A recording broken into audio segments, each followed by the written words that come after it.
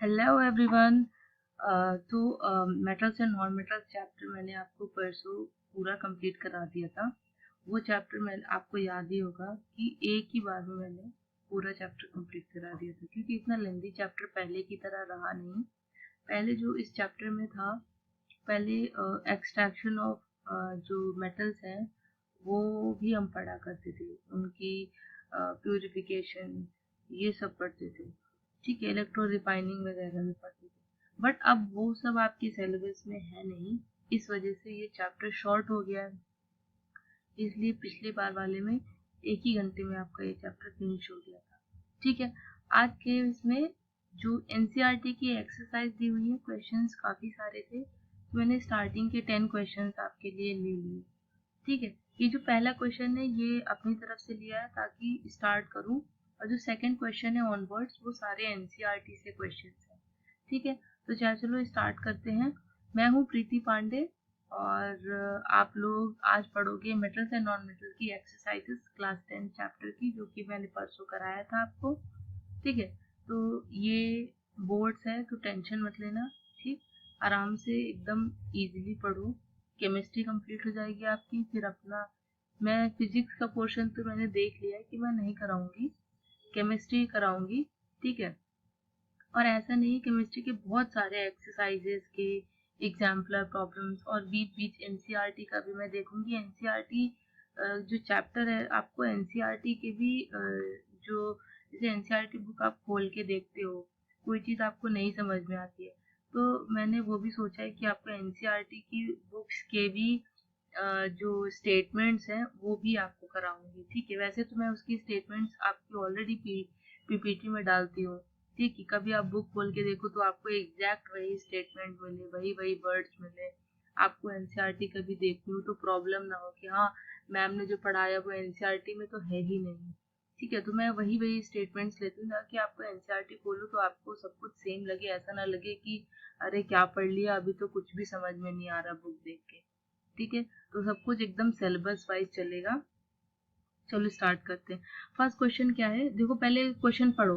ठीक है, choose one metal from the reactivity series which will not react with steam. अब आपको ना देखो, मैंने आंसर तो नीचे लिख रखा है, पहले क्वेश्चन पढ़ो और उसका खुद से आंसर करो। ठीक है, फिर आंसर को नीचे से वेरीफाई कर लो। ठीक, पढ़ो क्वेश्चन, फिर से पढ़ लो। Choose one metal from the reactivity series which will not react with steam. देखो रिएक्टिविटी सीरीज मैंने आपको बोला था, मैंने आपको शॉर्ट ट्रिक भी लिखाई थी और बोला था कि उसी से याद करना, और रिएक्टिविटी सीरीज से ढेरों क्वेश्चन बनते हैं। अभी मैं आपको जितने कराऊंगी ना, ढेरों क्वेश्चन है रिएक्टिविटी सीरीज से जो सॉल्व हो जाएंगे। सिर्फ एक छोटी सी चीज आपको याद करनी है। क्या याद करनी है? काशीनाथ का मामा आलू जरा धीरे पकाता है। मैंने आपको याद करने को बोला था ऐसे। क्या है? काशी नाथ का मामा, अब देखो, आलू जरा फीके फीके पकाता है। ठीक है, बाकी लास्ट के भी 3 एलिमेंट्स थे, मैंने आपको बताए थे, बिल्कुल ही नॉन रिएक्टिव होते हैं वो रिएक्टिविटी शो ही नहीं करते हैं। बहुत ही रेयर केस में उनकी रिएक्टिविटी देखने को मिलती है, इसलिए वो अपने आप ही याद हो जाएंगे।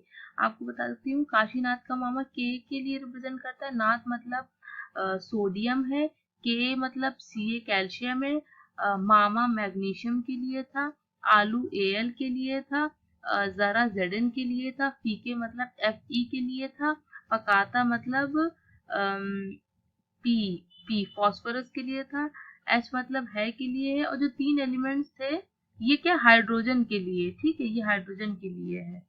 ठीक, और बाकी था आपका एक मरकरी था, मरकरी को हम एच जी से रिप्रेजेंट करते हैं और हाइड्रोजन को सिर्फ एच से रिप्रेजेंट करते हैं, वो ऐसे ही आपको बताने के लिए। ठीक है, और उसके बाद था सिल्वर, और उसके बाद था गोल्ड। तो ये आपको reactivity series as it is याद कर लो। काशीनाथ का मामा आलू जरा धीरे पकाता है, ये मैंने आपको कराया भी था। ठीक है, अब देखो इसमें बोल रहा है choose one metal from the reactivity series that will not react with steam.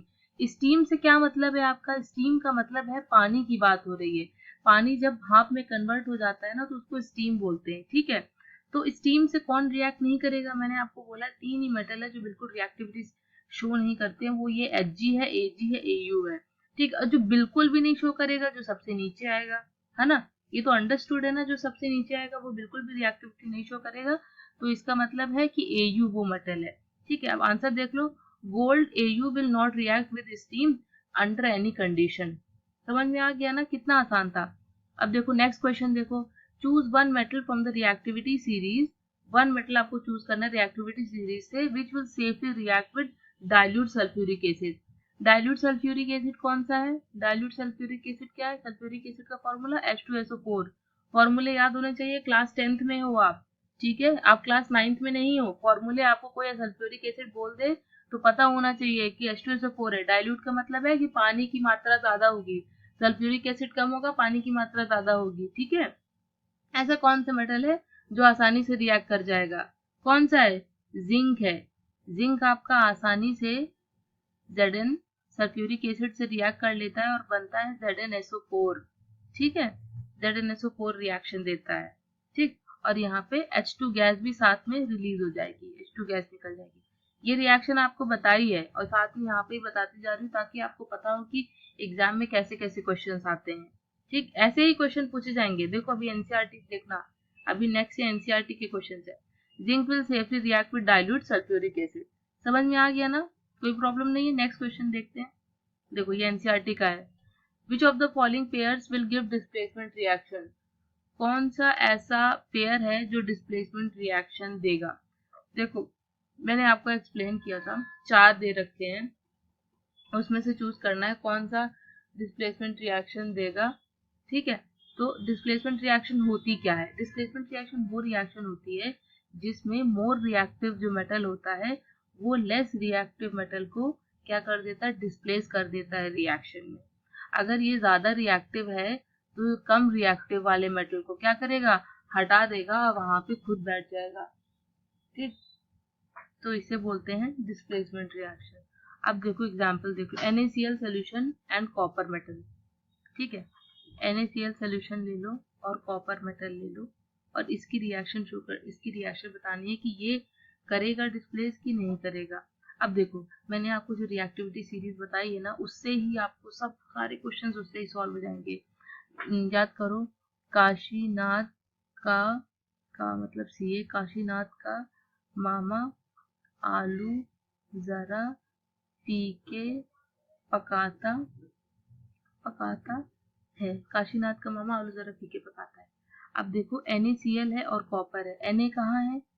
Na sodium यहाँ पे है और कॉपर, कॉपर कहाँ पे है? काशीनाथ का, ये कैल्शियम ही होगा, MgAnZnFe। इसमें इस सीरीज में कॉपर नहीं है। ठीक है, इस सीरीज में कॉपर नहीं, मैंने आपको वैसे उसमें बताया था। कॉपर जो होता है मैंने बताया है एल्यूमिनियम के इधर ही आता है कॉपर। तो कॉपर रिएक्टिव होता है। ठीक है, कॉपर रिएक्टिव होता है, लेकिन इसमें बोल रहा है Na और कॉपर। तो Na तो यहाँ पे है हाईली रिएक्टिव में, Na क्या है? हाईली रिएक्टिव में है NaCl, और यहाँ पे ये ऑलरेडी ये हाईली रिएक्टिव है ऑलरेडी, और कॉपर से रिएक्शन करा रहे हो, कॉपर जो कि नीचे आता है ना, जो ऑलरेडी हाईली रिएक्टिव है, और कॉपर जो कि नीचे आता है उससे रिएक्ट तो नहीं करेगा। कॉपर Na को डिस्प्लेस कर देगा क्या? नहीं करेगा ना, क्योंकि कॉपर तो नीचे आता है, Al के यहीं पे आसपास ही आता है। ठीक है, तो Al के यहाँ पे, और Na तो ज्यादा रिएक्टिव है। ठीक है, और कॉपर लेस रिएक्टिव है, कॉपर नीचे है, कॉपर नीचे है, तो कॉपर नीचे है जो लेस स्ट्रॉन्ग है, वो इसके सोल्यूशन से जो इसका घर है उससे हटा देगा, नहीं हटा पाएगा, तो ये रिएक्शन नहीं होगी। देखो आंसर देख लेते हैं। A, according to the reactivity series of metal, copper metal is less reactive. ठीक है, कॉपर नीचे आता है, कॉपर मेटल क्या होता है? लेस रिएक्टिव होता है than sodium metal, hence no displacement reaction will occur between NaCl and copper metal. तो कोई भी रिएक्शन नहीं होगी, ये याद कर लो।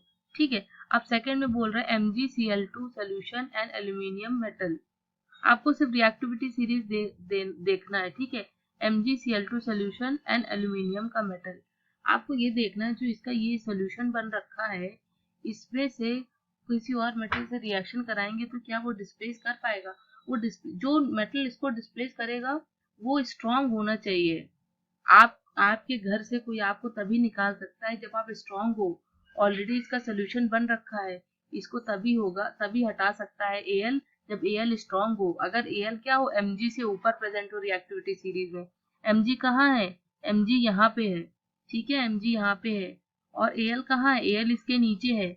Mg यहाँ है, Al यहाँ है, Al तो नीचे है, Al नहीं रिप्लेस करेगा, ये रिएक्शन नहीं होगी, ये रिएक्शन नहीं होगी। आंसर देखो, आंसर देखो। Again, aluminium metal is less reactive than Mg, so no displacement reaction will occur between MgCl2 solution and aluminium metal. समझ में आया, ये रिएक्शन नहीं होगी। समझ में आ गया ना, कोई कंफ्यूजन नहीं है, कोई कंफ्यूजन नहीं है। अगर कोई कंफ्यूजन अभी भी बच रही है तो ये लास्ट वाले 2 एग्जाम्पल से क्लियर हो जाएगी। ठीक है, देखो क्या बोल रहा है, FeSO4 solution and silver metal. अब क्या करना है, FeSO4 सोल्यूशन है, ठीक है, और किससे रिएक्शन करना है, सिल्वर मेटल से। सिल्वर का साइन क्या होता है, Ag होता है, ये सब सिंबल पता होना चाहिए, ऐसे ही लिख के आपको देखना है एग्जाम में, ठीक है। और ऐसे ही आप रिप्रेजेंट भी कर दोगे, साथ साथ स्टेटमेंट भी लिख दोगे ना, तो उनको पता लग जाएगा कि बच्चे को अच्छी नॉलेज है। और जिसको अच्छी नॉलेज और अच्छा रिप्रेजेंटेशन जो एग्जाम में शीट में लिखता है, उसको ही नंबर बहुत अच्छे मिलते हैं।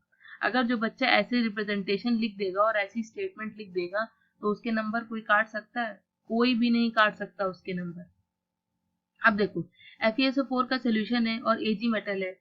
अब FeSO4 के सोल्यूशन में Fe को अगर हटाना है तो Ag को बहुत स्ट्रांग होना चाहिए, ठीक है। अब देखते हैं Fe कहाँ है, Fe आपका ये है, और Ag कहाँ, Ag तो H होता है, H के बाद क्या आता है, Hg आता है, फिर Ag आता है, ठीक है। तो F के नीचे है Ag, F के क्या है, नीचे है Ag, तो नहीं होगी ये रिएक्शन। देखो नहीं होगी, समझ में आ गया आपको। देखो FeSO4 का सोल्यूशन है, Ag मेटल से रिएक्शन कराई जा रही है, रिएक्शन तभी होगी जब Ag आपका मोर रिएक्टिव होगा। और हमें पता है रिएक्टिविटी सीरीज में जैसे जैसे हम नीचे आते हैं रिएक्टिविटी घटती है, रिएक्टिविटी घटती है। पोटेशियम हाईली रिएक्टिव होता है और सबसे नीचे आता है Au, वो लीस्ट रिएक्टिव होता है, ठीक है। तो अब थर्ड आंसर पढ़ो, iron can displace silver with from AgNO3 solution. Iron can displace silver. एक second, iron can displace silver from AgNO3 solution. ओह, मैंने आंसर की स्टेटमेंट उल्टी लिख दी है, सॉरी सॉरी सॉरी। देखो जो क्वेश्चन पूछे जा रहा है ना AgNO3 सोल्यूशन है, लेकिन हमने यहाँ पे Ag मेटल लिखा है, ठीक है, और यहाँ पे FeSO4 का सोल्यूशन है, तो ये इसका आंसर नहीं है, सॉरी, ये आंसर आप काट दो, ये आंसर नहीं है इसका। क्वेश्चन सही है, अगर क्वेश्चन उल्टा होता ना, ये भी आपको बता दे रही हूँ कि ये आंसर कब होगा, ये आंसर कब होगा ये भी आपको बताती हूँ, रुको। इसका आंसर क्या होगा कि रिएक्शन नहीं होगी। मैंने आपको जो बताया ना एकदम बिल्कुल एकदम स्टेटमेंट में चिपक के रहो, कॉन्सेप्ट में चिपक के रहो। कोई गलत आंसर लिख देगा तो उसका भी आप राइट आंसर दे सकते हो। कैसे दे सकते हो, FeSO4 के सोल्यूशन में अगर हम Ag मेटल से रिएक्शन कराते हैं तो उसके सोल्यूशन से Ag उसको तभी हटा सकता है जब Ag की रिएक्टिविटी ज्यादा हो, ठीक है, लेकिन Ag तो नीचे है, Ag नहीं हटा पाएगा। मान लो आपका क्वेश्चन पूछा जाता, आपका क्वेश्चन क्या होता, मान लो आपका क्वेश्चन यहाँ पे DE क्वेश्चन लिख दे रही हूँ, ये वाला जो आंसर है ये E वाले का आंसर है, ठीक है। इसको मत काटो, इसको काटना नहीं है, इसको बताती हूँ आपको।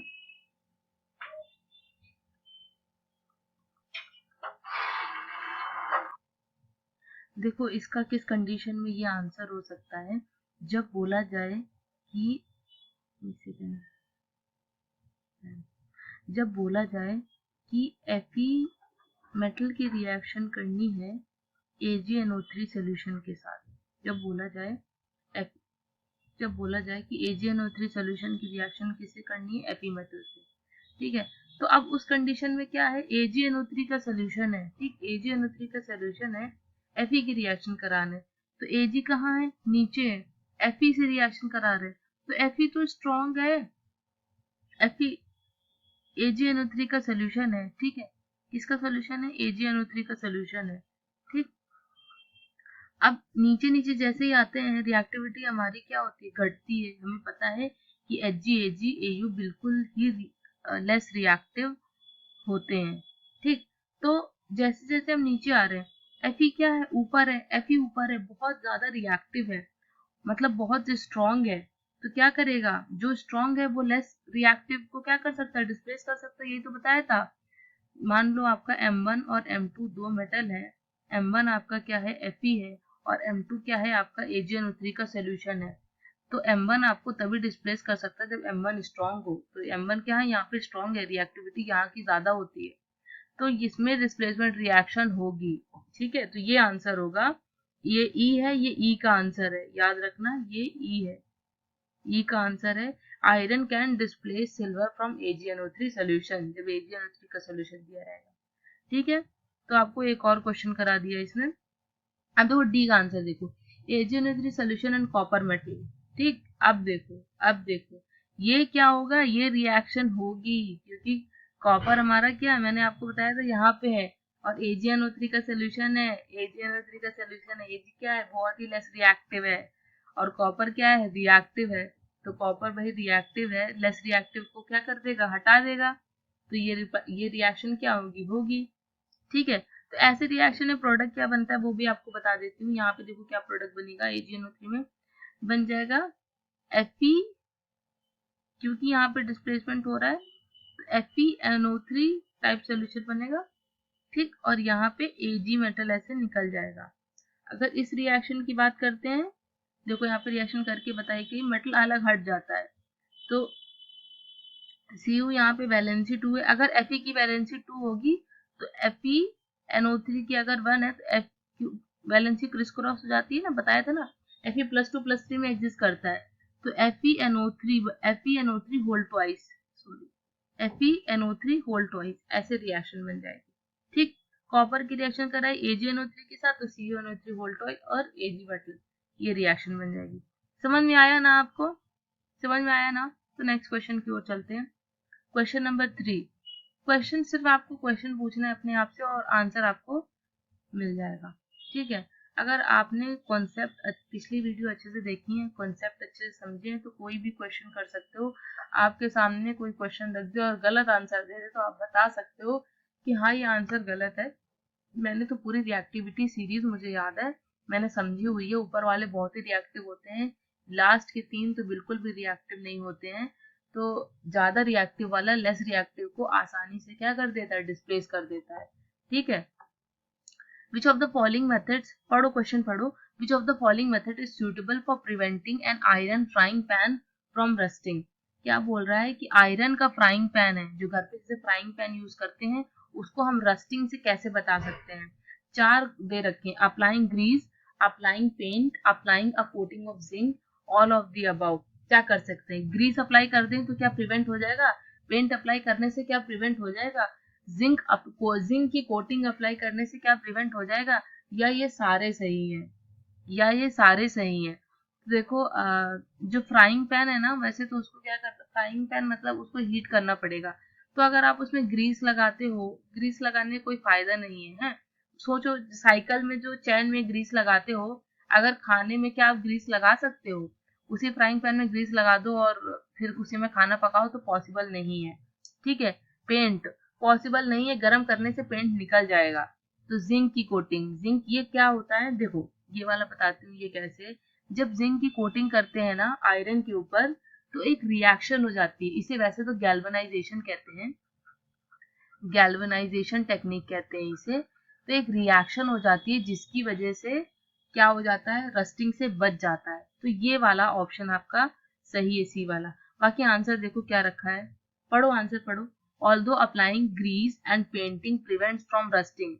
देखो आंसर एकदम दे रखा है, एकदम सही आंसर है कि हाँ बिल्कुल सही बात है कि पेंट और ग्रीस, हाँ देखो ऑल्दो अप्लाइंग, हाँ बिल्कुल सही बात है कि ग्रीस एंड पेंटिंग जब अप्लाई करेंगे तो रस्टिंग हम बचा सकते हैं, रस्टिंग होती है। These methods can not be used on frying pans, लेकिन हम इन मेथड्स का यूज फ्राइंग पैन में नहीं कर सकते। क्यों नहीं कर सकते फ्राइंग पैन में, क्योंकि उसमें खाना पकाना होता है। अगर उसे पेंट कर दोगे और उसको गैस में चढ़ाओगे तो पेंट पूरा निकल नहीं आएगा, फिर रोटियां कैसे पकाओगे, तो भैया आपकी रोटी लाल पीली नीली जिस कलर का पेंट होगा उस कलर की बन जाएगी और उसको खा के आप स्वर्ग चले जाओगे। या बुरे कर्म किए होंगे तो नरक चले जाओगे, ठीक है। So applying a code of zinc in the best way, so बोल रहा है इसमें, so applying a coat of zinc in the best way to keep an iron pan from rusting. So best method क्या है, C option right answer है। Best method क्या है, applying a coating of zinc, zinc की coating apply करेंगे और हमारा frying pan rusting से बच जाएगा, ठीक है। थर्ड हो गया, फोर्थ देखो, फोर्थ पढ़ो, क्वेश्चन पढ़ो। An element reacts with oxygen to give a compound with a high melting point, this compound is also soluble in water, the element is likely to be. अब ऐसा कौन सा element है, देखो आजकल आपको पता है बोर्ड्स का पैटर्न हो गया है कि उसमें एमसीक्यू टाइप क्वेश्चन पूछता है, एमसीक्यू टाइप क्वेश्चन पूछता है, इन्हीं को बोलते हैं एमसीक्यू, मतलब मल्टीपल चॉइस क्वेश्चंस। देखो यहाँ पे मल्टीपल चॉइस है ना, और इसमें से एक राइट आंसर आपको देना है। एमसीक्यू मतलब होता है मल्टीपल चॉइस क्वेश्चन और एक आंसर आपका राइट होता है, ठीक है। तो आजकल ऐसे क्वेश्चन बोर्ड्स में पूछे जाते हैं, और बोर्ड्स में ऐसा पैटर्न लाने का इसलिए किया गया है क्योंकि जो भी आपके 12th के बाद एग्जाम्स होते हैं, ठीक, करियर लेवल के जो भी एग्जाम्स होते हैं, नीट जेई जो भी एग्जाम्स होते हैं, वो सारे एग्जाम्स आपके एमसीक्यू बेस्ड होते हैं। इसलिए आपको पहले से एक प्रैक्टिस कराई जा रही है कि उस फॉर्मेट पे आप आराम से प्रैक्टिस करो और फिर वो फॉर्मेट पे आपकी आदत बन जाएगी। तो क्वेश्चन अटेम्प्ट करने में आपको ऐसा नहीं लगेगा कि नई चीज आप कुछ देख रहे हो जब आप रियलिटी में पेपर अटेम्प्ट करोगे, ठीक है। तो पढ़ो, पढ़ तो लिया है क्वेश्चन, इनमें से आंसर क्या होगा, देखो क्वेश्चन को फिर से एक बार पढ़ लो। क्या कह रहा है, N element reacts with oxygen, कोई एलिमेंट है, कोई एलिमेंट मान लो हमने एलिमेंट ई मान लिया, रिएक्ट करता है वो ऑक्सीजन के साथ, ऑक्सीजन O2 फॉर्म में होती है, to give a compound with a high melting point, कोई EO2 टाइप का कंपाउंड बनता होगा, ठीक है। हाई मेल्टिंग पॉइंट है, अब इसका क्या है, जो मेल्टिंग पॉइंट है वो हाई है, ठीक। This compound also soluble in water, जो ये बना है अगर हम इसको पानी में डाल देते हैं तो सोल्यूबल बनता है, मतलब आसानी से उसमें क्या हो जाता है, घुल जाता है। The element is likely to be, तो ऐसा कौन सा एलिमेंट होगा, आपको पता है कि कैल्शियम से रिएक्शन कराते हैं, ठीक है, तो मतलब वो सोल्यूबल होता है। अब देखो सारे ऑप्शंस हम देखते हैं, जैसे एग्जाम में आप क्या करोगे, ऑप्शंस ऐसे ही सेलेक्ट करोगे, कुछ ऑप्शंस एलिमिनेट यहीं से हो जाएंगे और जो एक दो ऑप्शंस बचेंगे उससे हमारा आंसर मिल जाएगा। देखो यहाँ से देखते हैं कैल्शियम, यहाँ से देखते हैं कैल्शियम, अगर हम कैल्शियम की रिएक्शन O2 से कराते हैं तो हमें CaO टाइप का कंपाउंड मिलता है, ठीक है, और जब हम इसको पानी से रिएक्शन कराते हैं तो ये सॉल्युबल होता है, तो ये आंसर तो बैठ रहा है। कार्बन, कार्बन की रिएक्शन O2 से कराते हैं, ठीक है, फिर अगर देखो कार्बन जो है वो क्या है, नॉन मेटल है, पहली बात कार्बन नॉन मेटल है और इनका जो मेल्टिंग पॉइंट होता है वो कम होता है, फिजिकल प्रॉपर्टीज पे भी ध्यान देना, मेल्टिंग पॉइंट कम होता है, तो ये ऑप्शन तो नहीं होगा। सिलिकॉन, सिलिकॉन की रिएक्शन O2 से कराओ, FiO2 टाइप का कंपाउंड बनता है लेकिन वो पानी में सॉल्युबल नहीं होता है, ठीक है, तो सिलिकॉन वाला भी नहीं होगा। आयरन, आयरन तो लोहा है, पानी में कहाँ से सॉल्युबल होगा, ठीक है, तो ये भी नहीं है, तो मतलब कैल्शियम आपका आंसर है। अब आंसर पढ़ो क्या लिखा हुआ है, आंसर आपको एग्जाम में कैसे लिखना है यहाँ पे वो भी दे रखा है कि ऐसे आप आंसर एग्जाम में आपको रिप्रेजेंट करना है। देखो द करेक्ट ऑप्शन इज 1, तो ऐसे तो ऑब्जेक्टिव टाइप में सीधे आपको क्या ऐसे रिप्रेजेंट नहीं करने की जरूरत है, यहाँ पे मैंने आपको एक्सप्लेन भी किया है कि मान लो भाई आपको रीजन नहीं पता तो रीजन यहाँ से देख लो, जरूरी नहीं है कि ये आपको ऑब्जेक्टिव में पूछे, क्या पता ये आपको सब्जेक्टिव में पूछ ले, तो एटलीस्ट तब आप आंसर देने के लायक रहो, ठीक है। तो अगर ऑब्जेक्टिव पूछेगा तो सीधे कैल्शियम लिख दोगे, करेक्ट ऑप्शन इज 1, ठीक। अगर सब्जेक्टिव में पूछता है the element is likely to be calcium, calcium reacts with oxygen to give a compound with a high melting point, क्योंकि मेटल है, बताया है ना कैल्शियम क्या है, मेटल है, तो इनसे जो भी कंपाउंड बनते हैं वो क्या होते हैं, कैल्शियम वैसे भी क्या है, कैल्शियम का मेल्टिंग पॉइंट क्या होता है, हाई होता है, ठीक, तो जो भी इनसे कंपाउंड बनेगा उसका भी मेल्टिंग पॉइंट हाई होगा। Calcium is also soluble in water, बताया है कैल्शियम जो होता है पानी में सोल्यूबल होता है ना, ठीक है। अब देखो ये आंसर आपको समझ में आ गया, ठीक है, ये समझ में आ गया। देखो नेक्स्ट क्वेश्चन देखते हैं, नेक्स्ट क्वेश्चन क्या है, फिफ्थ क्वेश्चन आपका नेक्स्ट क्वेश्चन है, food cans are coated with tin and not with zinc because, देखो जो भी फूड कैंस होते हैं बोल रहा है उसको हम टिन से, टिन क्या है, टिन आपका होता है Sn, ठीक है, उसको हम टिन से कोट करते हैं, ना कि जिंक से। अब इसका आंसर देखो, क्या सॉरी इसके ऑप्शंस देखो क्या है। Zinc is costlier then tin, zinc has high melting point than tin, zinc is more reactive than tin, zinc is less reactive than tin. तो ये सारे ऑप्शंस देख लो, ठीक है। बोल रहा है कि जिंक कॉस्टलियर होता है, नहीं ऐसा कुछ नहीं है। Zinc is higher melting point than tin, ऐसा कुछ नहीं है। Zinc is more reactive than tin, yes this is the right thing. Zinc is less reactive than tin, less reactive होता तो जरूरत ही नहीं पड़ती, ठीक है। मोर रिएक्टिव होता है, इस वजह से क्या होता है कि हमें जिंक से हम कोटिंग नहीं कर सकते फूड की, हमें टिन से करनी पड़ती है, ठीक। तो इसमें आंसर दे रखा है, आंसर पढ़ो क्या लिखा हुआ है। Zinc has higher reactivity than tin, tin, बस आंसर आपका यही है, आंसर आपका थर्ड वाला ही है, थर्ड ही आपका आंसर है कि जिंक क्या होता है, मोर रिएक्टिव होता है। अगर ऑप्शनल में पूछेगा तो सीधे यही लिख दोगे, अगर सब्जेक्टिव में पूछेगा तो कैसे आंसर देना है, देखो। Tin interacts only with extremely strong acids. Zinc, on the other hand, reacts with simple acids found in food. As a result, food cans are coated with the less reactive metal like tin to avoid food poisoning. ठीक है, ऐसे आपको answer देना है। देखो इसी वजह से होता है कि हम फूड में जिंक से कोटिंग नहीं कर सकते, ठीक है। फूड के जो भी कैंस होते हैं जिंक से कोटिंग नहीं करते, सॉरी फूड के जो कैंस होते हैं वो जिंक से कोटिंग नहीं करते, टिन से कोटिंग करते हैं। फूड के कैंस के अगर आप एग्जांपल पूछते हो तो जो कोक की जो कैंस होते हैं, कोक के कैंस होते हैं, वो बेस्ट एग्जांपल रहेगा। जैसे कोक के कैंस हैं, स्प्राइट, ये सारे कोल्ड ड्रिंक के जो कैंस होते हैं उनकी जो कोटिंग होती है वो टिन से होती है, जिंक से नहीं कर सकते। क्योंकि नहीं कर सकते क्योंकि देखो यहाँ पे एक चीज पढ़ो, जिंक होता है, zinc on the other hand reacts with simple acids found in food. जो फूड में सिंपल एसिड्स होता है ना, उनसे भी रिएक्शन करने लगता है, इसलिए हम जिंक से तो कोटिंग कर ही नहीं सकते। क्लियर हो गया ना कोई पॉइंट। देखो नेक्स्ट क्वेश्चन देखते हैं, option number 6, sorry question number 6। देखो 6 क्वेश्चन क्या है, पढ़ो। You are given a hammer, a battery, a bulb, wire and a switch, ठीक है। आपको क्या क्या दे रखा है, आपको एक हैमर दे रखा है, हैमर मतलब हथौड़ा, battery, bulb, wires and a switch, ठीक है। स्विच मतलब होता है कि ऑन ऑफ करने के लिए जो स्विच होते हैं ना उनको स्विच बोलते हैं, घर पे जो स्विचेस लगे होते हैं वही स्विच है, ठीक है। अब दो क्वेश्चन इसमें पूछा गया है। क्वेश्चन एक क्या है, how could you use them to distinguish between samples of metals and non metals. आप इनको कैसे यूज कर सकते हो मेटल्स और नॉन मेटल्स के लिए। बहुत ही आसान है इसका आंसर, देखो जो हैमर है ना, हथौड़ा, वो किससे बना होता है, हथौड़ा मेनली आपका आयरन से बना होता है, और आयरन क्या है, मेटल है। बैटरी क्या है, कार्बन से बनी होती है, तो ये क्या है, नॉन मेटल है।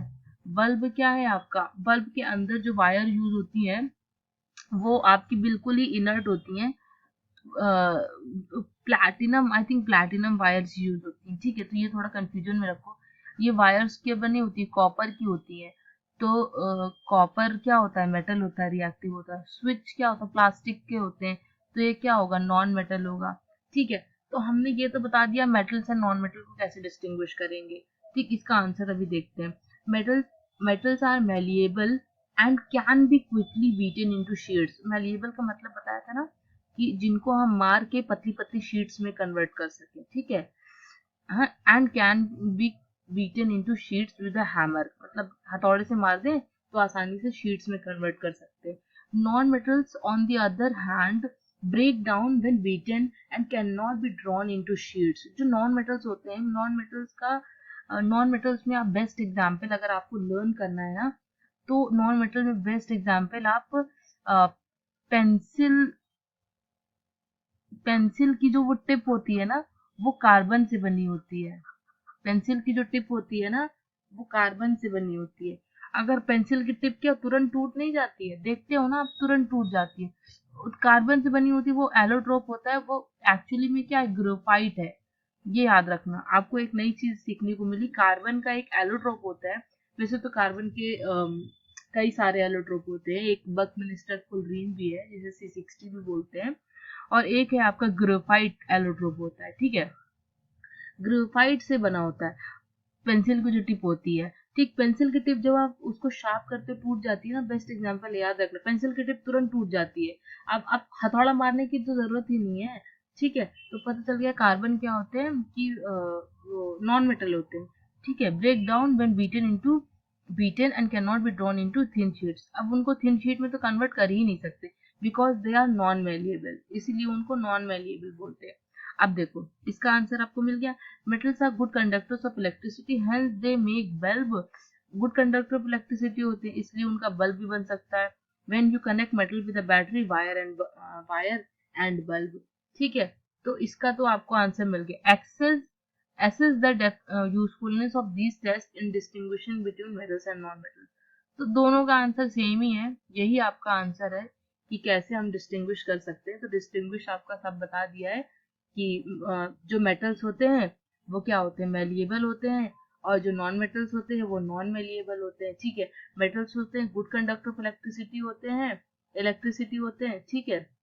उनको हम वायर बल्ब जलाने के लिए यूज कर सकते हैं, ठीक है, बल्ब जलाने के लिए यूज कर सकते हैं। जो नॉन मेटल होते हैं वो इलेक्ट्रिसिटी कंडक्ट नहीं करते, ठीक। सिक्स का तो ये आपका एनसीईआरटी का क्वेश्चन था, और ये एनसीईआरटी का क्वेश्चन ही कॉन्सेप्ट बेस्ड है कि कैसे आपको कॉन्सेप्ट समझ में आया है कि नहीं आया है, ठीक। सिक्स क्वेश्चन देख लिया, आप देखो सेवेंथ क्वेश्चन, आसान सा क्वेश्चन है, बट ये क्वेश्चन है 2 नंबर में आपको पूछा जाएगा एनसीईआरटी, अगर मान लो पेपर में है 2 नंबर में पूछा जाएगा। 1 नंबर तो उसकी डेफिनेशन के लिए होगा कि एम्फोटेरिक ऑक्साइड्स होते क्या है, फिर इसके 2 एग्जाम्पल देने होंगे, क्योंकि पीरियोडिक टेबल में कुछ मेटल्स होते हैं जो दोनों ही नेचर शो करते हैं, अगर एसिड से रिएक्ट करेंगे तो भी सॉल्ट बनाते हैं, एसिड से भी रिएक्शन दिखाते हैं, मतलब कहने का है, और बेस से भी रिएक्शन दिखाते हैं। तो ऐसे जो ऑक्साइड्स होते हैं वो क्या होते हैं, एम्फोटेरिक नेचर के होते हैं। अब आंसर पढ़ो इसका, जो आंसर लिखा है ना उसको पढ़ो, क्या है, amphoteric oxides react with both acids and alkalis to form salt and water, ठीक है। एग्जाम्पल इसके क्या क्या एम्फोटेरिक ऑक्साइड के एग्जाम्पल, एक तो बहुत अच्छा एग्जाम्पल है जिंक ऑक्साइड ZnO, एक है एल्यूमिनियम ऑक्साइड Al2O3, ठीक है। दोनों एग्जाम्पल्स को याद कर लो और इनके फॉर्मूले सहित याद रखना, ठीक, फॉर्मूले सहित याद रखना, zinc oxide and aluminium oxide. Next question देखो, क्वेश्चन नंबर 8 है, पढ़ो पहले इस क्वेश्चन को। Name 2 metals which will displace hydrogen from dilute acids and 2 metals which will not। ये अगेन आपका क्वेश्चन रिएक्टिविटी सीरीज से दे रखा है ना, रिएक्टिविटी सीरीज से है कि नहीं, फिर से लिखो, काशी, जितने बार लिखोगे ना उतने बार आपको ये याद रहेगा। काशीनाथ का मामा आलू जरा फीके पकाता है। अब मुझे कितना टाइम लगा इस सीरीज को लिखने में, लास्ट के 3 मेटल से आपको पता है Hg, Ag एंड Au, याद रखो, ठीक है। अब क्या बता रहा है, name 2 metals which will displace hydrogen from dilute acids. अब देखो हाइड्रोजन की रिएक्शन करनी है डाइल्यूट एसिड, मान लो आप HCl ले लो, ठीक है, HCl का डाइल्यूट एसिड ले लिया, या अगर बहुत ही मन हो रहा है तो H2SO4 लिख लो, कोई भी ले लो, H2SO4 की बहुत सारी रिएक्शन कराई इसलिए आपको आसानी रहेगी, ठीक है। ये दोनों ही ले लो, कोई भी ले लो, ठीक।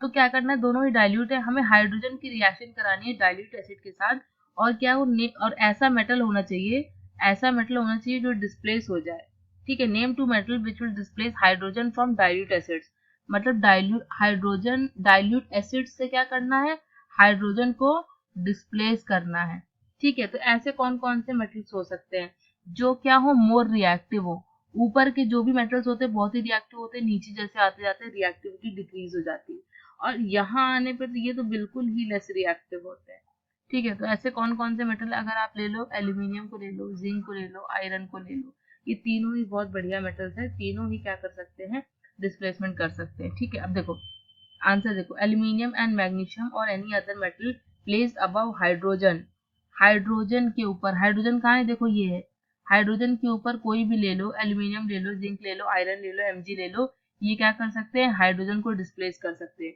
क्योंकि ये क्या है, सारे स्ट्रॉन्ग है और H2SO4 से बना है, ठीक है। तो हमें यहाँ पे क्या लेना है, यहाँ पे H मत लिखो, यहाँ पे मेटल लिख लो, यहाँ पे मेटल लिख लो। तो मैंने आपको बोला आपके घर से H2SO4 क्या घर है, आपके घर से आपको तभी कोई हटा सकता है जब आपसे कोई स्ट्रॉन्ग आए, मतलब हाइड्रोजन को तभी हटा सकता है जब ऊपर से कोई मेटल आए, ठीक है। तो ऊपर से कोई भी आंसर आप दे सकते हो। यहाँ पे जैसे मैंने एल्यूमिनियम और मैग्नीशियम लिखा है, उसकी जगह आप कैल्शियम भी दे सकते हो, जिंक भी दे सकते हो, आयरन भी दे सकते हो, कॉपर भी दे सकते हो, ठीक है। और एनी अदर मेटल, देखो, और any other metal placed above the hydrogen can be considered as an example of the metal that displays hydrogen from dilute acids, जो हाइड्रोजन को dilute acid से displace कर सकती है।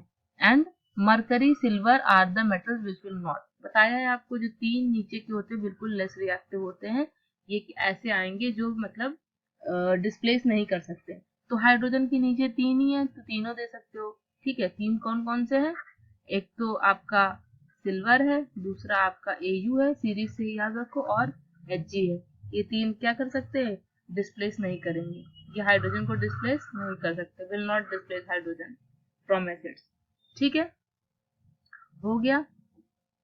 अब देखो नेक्स्ट 9th क्वेश्चन, देखो 9th क्वेश्चन क्या है, पढ़ो इसको। प्रत्युष, अब नाम पढ़ने में दिक्कत होगी, एनसीईआरटी का ही नाम है ये।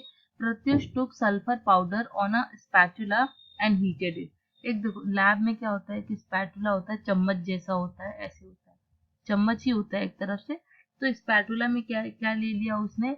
सल्फर का पाउडर ले लिया स्पैटुला में, और उसको नीचे से वो क्या करने लगा? हीट करने लगा। बर्नर से क्या करेगा? हीट कर देगा। हीट कर रहा है, तो he collected the gas evolve by inverting a test tube over it. तो उसने क्या कर दिया? उसने जो गैस निकल रही थी इससे, सल्फर को जलाने से एक गैस निकल रही थी, वो गैस कोई भी हो सकती है, उसने उस गैस को कलेक्ट कर लिया। अब देखो क्वेश्चन, देखो क्या पूछा गया इससे, सॉरी,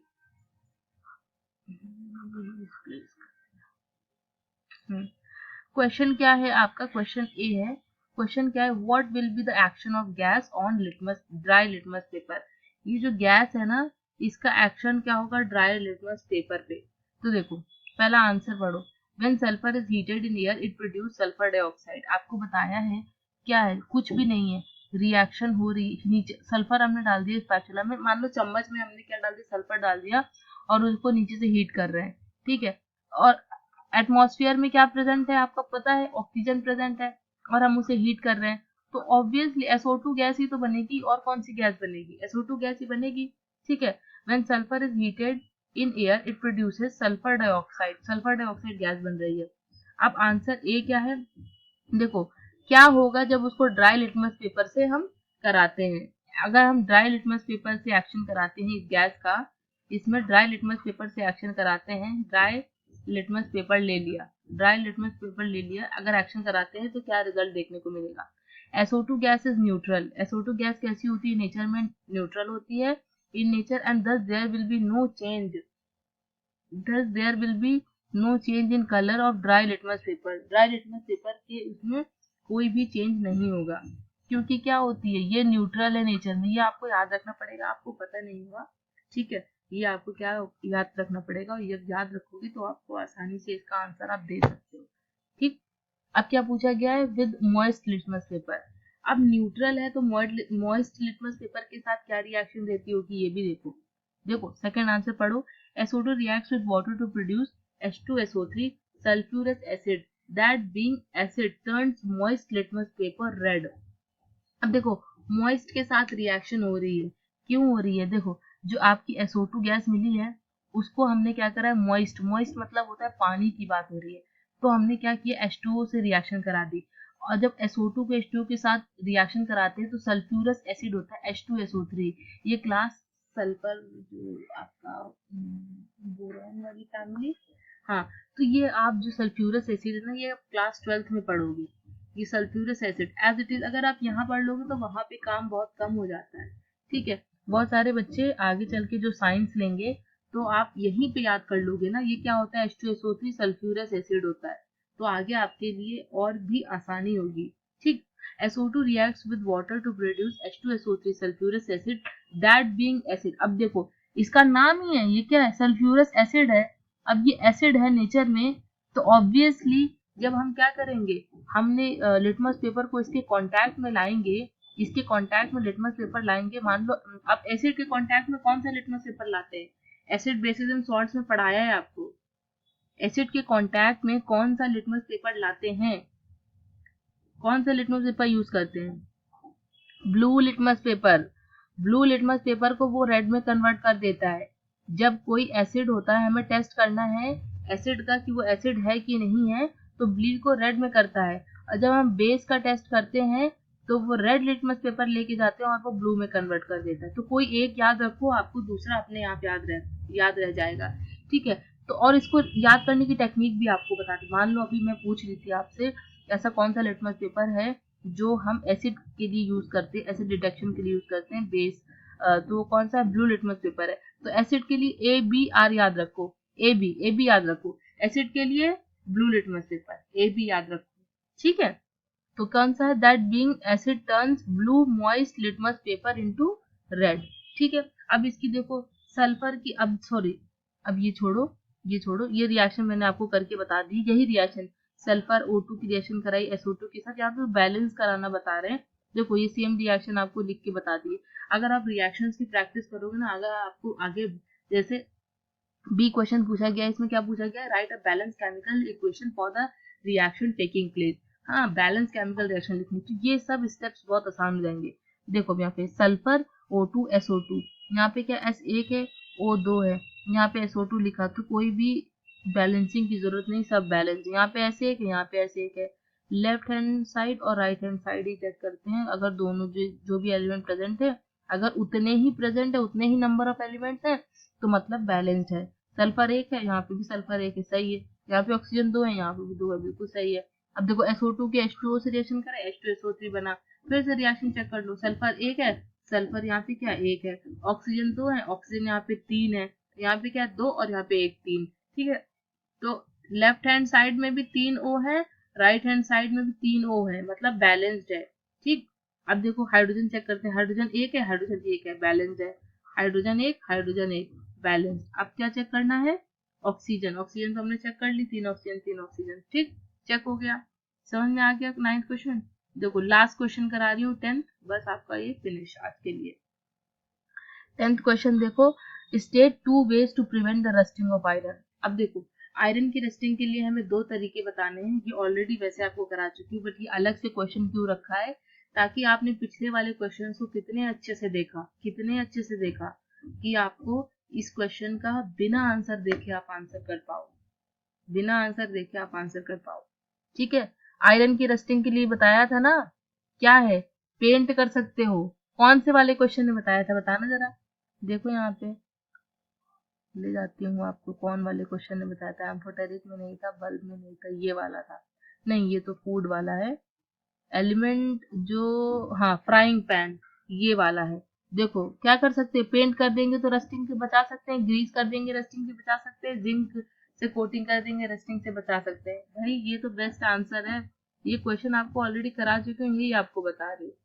ठीक, चलो लास्ट क्वेश्चन देखते हैं, क्या है, state 2 ways to prevent rusting of iron. पहला क्या है, पेंट कर सकते हो, दूसरा जिंक से रिएक्शन करा दो, गैल्वेनाइजेशन जिसे बोलते हैं। अब आंसर देखो कैसे आपको रिप्रेजेंट करना है। Here are some ways where we can prevent rusting. कुछ तरीके हैं जिससे हम रस्टिंग प्रिवेंट कर सकते हैं। एक पेंट किससे करेंगे, paint the metal with an durable acrylic paint. आजकल जो पेंट हम करते हैं घर पे वो एक्राइलिक पेंट होते हैं, बोलते हैं ना ये पेंट करो, पानी डालोगे तब भी खराब नहीं होगा, है ना। तो ये पेंट्स हो गए। अब देखो दूसरा क्या है, कीप मॉइस्चर एट बे। इसका मतलब क्या है, अवॉइड कांटेक्ट विद वाटर और मॉइस्चर। मतलब अगर आप आयरन पानी से कांटेक्ट में आएगा ही नहीं, मान लो आयरन पानी से कांटेक्ट में आया ही नहीं, ठीक है, आयरन पानी से कांटेक्ट में आएगा ही नहीं, तो आगे रस्टिंग होगी ही नहीं। अगर आयरन पानी से कांटेक्ट में नहीं आया तो रस्टिंग नहीं होगी, ये प्रोसेस होएगा ही नहीं। आयरन और पानी का कांटेक्ट नहीं हुआ, रस्टिंग नहीं होगी। तो ये भी एक तरीका है। और क्या, कोटेड विद ऑयल, या फिर हम ऑयल से कोटिंग कर सकते हैं। और इसका ये जो Zn वाला है ना, ये भी एक आंसर आप दे सकते हो। ठीक है, और coated with oil, use oil और ग्रीस। ये देखो ग्रीस वाला बताया था ना आपको, देखो यूज ऑफ ऑयल और grease significantly reduces the chances of developing rust in iron. इससे क्या होता है, रस्ट और जो भी आयरन और रस्टिंग होगी ये लेट होगी, है ना। ठीक है, आपको समझ में आ गया। देखो जो भी आज 10 क्वेश्चन डिस्कस कराएंगे।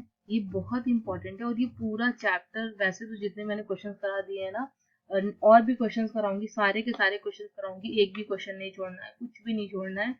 क्योंकि 5 ही चैप्टर हैं और आपके पास पूरा साल है। और केमिस्ट्री के 5 ही हैं, फिजिक्स के भी ऐसे ही चैप्टर है और बायो के भी ऐसे ही, इतने ज़्यादा कुछ चैप्टर है नहीं, इक्वल चैप्टर है। तो आपको करना क्या है, आपको पहले पूरा चैप्टर का वीडियो देखना है। फिर आप क्या करो, अगर आपको बहुत बच्चों को मन होता है कि वो एनसीईआरटी पढ़े, तो एनसीईआरटी जरूर पढ़ो, बहुत ही अच्छी बात है। देखो, बुक्स पढ़ना बहुत ही अच्छी बात होती है। अगर आप बुक्स देख रहे हो, इट मीन्स फिर आपको एक एक चीज पता होती है कि हाँ मैंने बुक पढ़ ली, एक सेटिस्फैक्शन होता है बुक पढ़ने से, जिसमें आप एनसीईआरटी के क्वेश्चंस आप खुद से लगाओ। फिर आप देखो कि क्या क्या आंसर बन सकते हैं, ऑप्शनल का कैसे आंसर देना है, सब्जेक्टिव का आंसर कैसे देना है, ठीक है। और रिटन प्रैक्टिस जरूर करो, खुद से सेल्फ मेड नोट्स बनाओ, उसका कम से कम, जो भी आप नया चैप्टर उठाते हो उसको कम से कम 6 से 7 दिन पढ़ो, अच्छे से रेगुलरली 6 से 7 दिन पढ़ो। फिर आप गैप दे सकते हो आराम से, फिर एक हफ्ता ना भी पढ़ो चलेगा, बट उसको रिवीजन में रखो। फिर एक हफ्ते बाद फिर उसको, क्योंकि आपने जब किसी चीज को 6 से 7 दिन पढ़ लिया, पूरा चैप्टर आपको रट गया वो, ठीक है। फिर आप एक हफ्ते बाद रिवाइज करोगे, बस आपको उठा के देखना है, 5 मिनट में रिवीजन हो जाएगा, ठीक है। फिर आप स्पीड में वीडियो देख सकते हो, पूरा रिवीजन उधर ही हो जाएगा आपको। क्वेश्चन क्वेश्चन देखो, आंसर खुद बोलने लग जाओगे, ठीक। तो जो भी मेरे चैनल में नए हो वो सब्सक्राइब करो। अगर आपको कंटेंट अच्छा लग रहा है कि मैम अच्छे से पढ़ा रही हैं, पूरे क्वेश्चंस करा रही हैं, एनसीईआरटी बेस्ड क्वेश्चंस करा रही हैं, आंसर सही करा रही हैं, तो वीडियो को लाइक करो, चैनल को सब्सक्राइब करो। नहीं पसंद आ रही डिसलाइक भी कर सकते हो, कोई प्रॉब्लम नहीं है। मिलते हैं नेक्स्ट वीडियो में, वो मिलेंगे परसों। Thank you so much.